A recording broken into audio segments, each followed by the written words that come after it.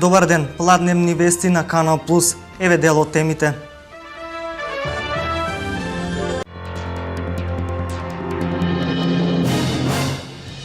Со мотото Бубрежно здравје за сите, денес се одбележува Светскиот ден на бубрегот. 10% од популацијата во светот пати од некоја форма на оштетување на бубрезите. Започна имплементацијата на проектот Национален систем за сметководствено и материјално работење. За болниците тоа е обврска за водење на прецизна евиденција за трошењето на медицински материјали. Македонија ќе добие спортски амбасадори. Лица со потврден меѓународен углед ќе ја промовираат Македонија во земјите каде ја остваруваат спортската кариера.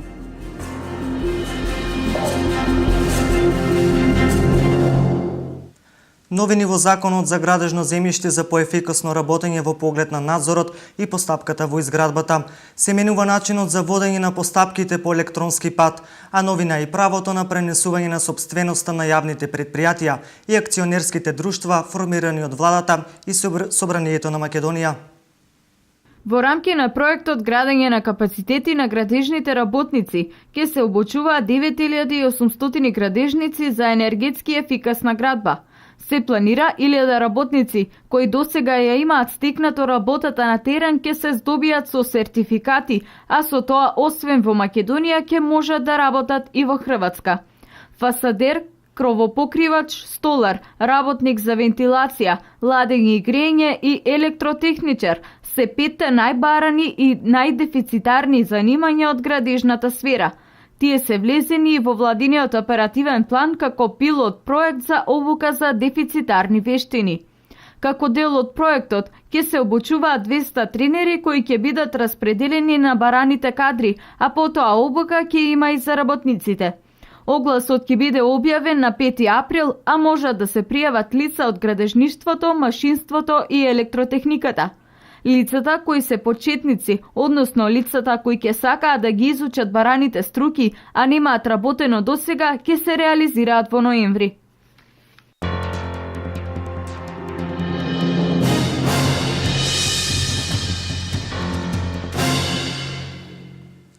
Започна имплементацијата на проектот Национален систем за сметководствено и материјално работење. За болниците тоа значи обврска за водење и прецизна евиденција за набавката и трошењето на медицински материјали. Нови измени во пилот проектот на системот Мој термин. Нема повеќе инфузии и прегледи со врски. Секој потрошен лек и материјал во амбулантите и болниците ќе мора да биде евидентиран.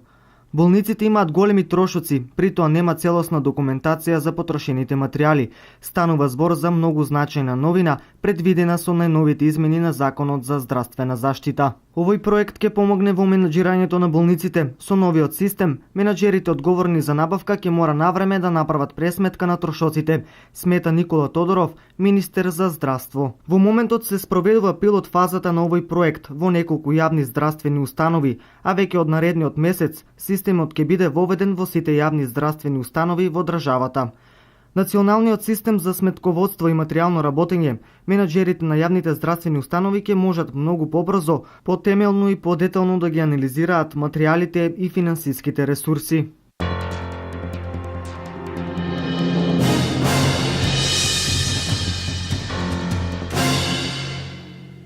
Поплавите, влагата и загадувањето на почвата ги раздвижија глодарите. Се зголемува опасноста од ширење на опасната болест туларемија. Во Косово е прогласена епидемија, а во Македонија регистрирани се 5 случаи на заболени. Заради превентива, локалните власти треба да преземат мерки, дератизација и дезинфекција на поплавените региони. Болеста туларемија е позната кај народот како зајачка треска која се појави како последица од поплавите кои што ја зафатија Македонија и па и пошироко. Нејзината појава се должи на се поголемиот број глодари или инсекти. Оваа болест, опасна за луѓето, може да се пренесе преку директен допир со раце на веќе инфицираните животни, со каснување на крлеш, коњска мува или друг инсект, преку контраминирана храна и вода или со вдишување. Инфекцијата е утврдена и кај овци, мачки, кучиња и свињи. Туларемијата е заразна болест причинета од бактерија, од која заболуваат и луѓето и животните. Станува збор за бактерија која е отпорна на надворешната средина и долго се одржува во лешеви на умрени животни, во почвата, во површинските води, како и во прехранбените продукти. Оваа бактерија е отпорна на ниски температури, додека високите температури брзо ја уништуваат, а од дезинфекционите средства најчувствителна е на хлорните препарати. Првичните симптоми кај луѓето кои што најчесто настапуваат од 3 до 5 дена се грозница, треска, главоболка, повраќање, болки во мускулите, сува кашлица и малаксаност. Може да се јават и рани по кожата и устата. Особено е важно мењето на овошјето и на зеленчукот, храната да биде заштитена на соодветно место, односно да се внимава да не биде изложена на откриени места за да се заштити од глудари и разни видови инсекти.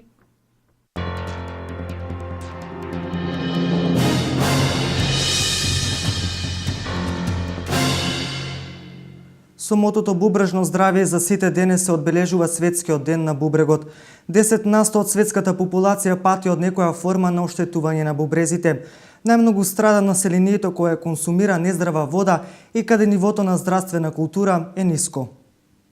Денес се одбележува 10 години од прогласување на светскиот ден на бубрегот, кој заеднички го организираа Меѓународното здружение за неврологија и Меѓународната фондација за бубрежни фондации. Годинава денот на бубрегот се одбележува под мотото Бубрежно здравје за сите.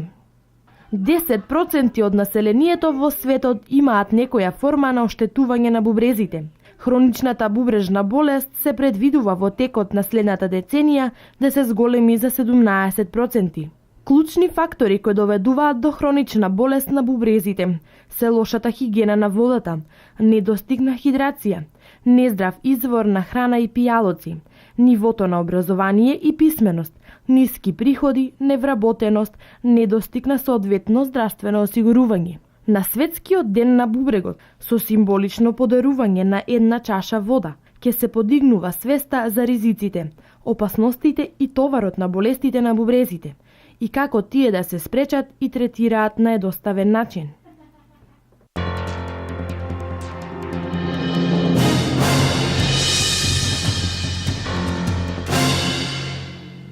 Од 2006 година во земјава се влезени 2,4 милиарди евра.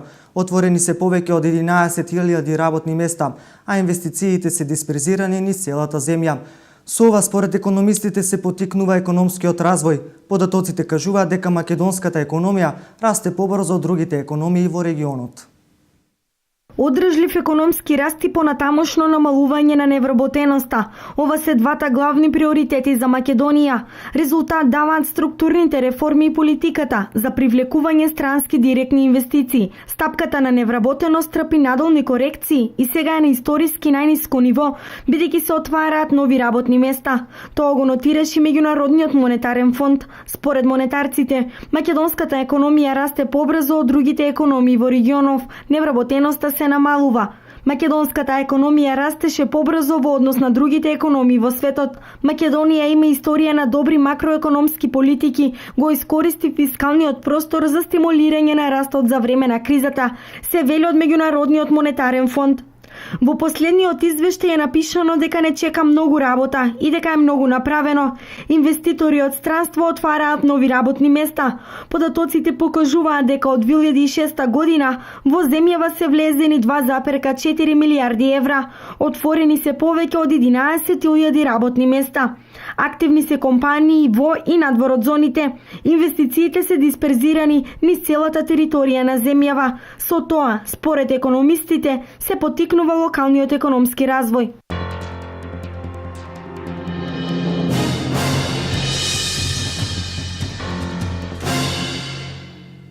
Снегот и свлечиштата се уште го отежнуваат сообраќајот во државата.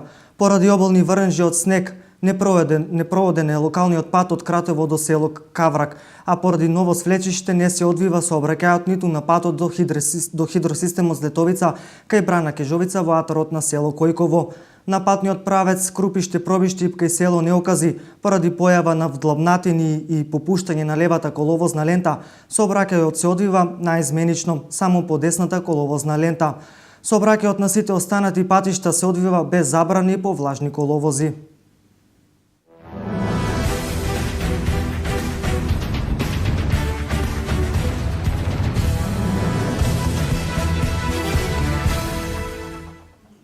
Измените на Законот за спорт предвидуваат истакнатите македонски спортисти и тренери да добијат титула амбасадори на спортот, како лица со исклучителен меѓународен спортски углед. Агенцијата за млади спорт предлага овие лице да имаат титула со која ќе ја промовираат Македонија во земјата каде ја остваруваат спортската кариера. Нови измени во Законот за спорт. Истакнатите македонски спортисти и тренери ќе добиваат титули. Во овие измени учествуваат голем број спортисти од Република Македонија, вклучително тренери и спортски функционери со македонско потекло, при што постојат такви кои имаат стекнато исклучителен меѓународен спортски углед. Агенцијата за млади и спорт ја има врската да предложи законско решение со кое на тие лица ќе им обезбеди соодветен статус, односно ќе им се додели титула амбасадори на спорт, и кои преку соодветно действување дополнително ќе ја промовираат и ќе ја афирмираат Република Македонија во земјите каде што во моментот ја реализираат својата спортска кариера. Се предвидува владата на Република Македонија на носителите на титулата амбасадор на спортот на Република Македонија свечено да им доделува плакета. Титулата амбасадор на спорт на Република Македонија е почесна и безпаричен надомест. Амбасадорите на спорт на Република Македонија ќе имаат и обврска да подготвуваат извештаи. Тие ќе бидат обврзани секоја година најдоцна до 31 јануари во тековната година да достават извештај за претходната, за извршените активности за промоција и афирмација на спортот на Република Македонија до органот на државната управа надлежен за работите од областа на спортот.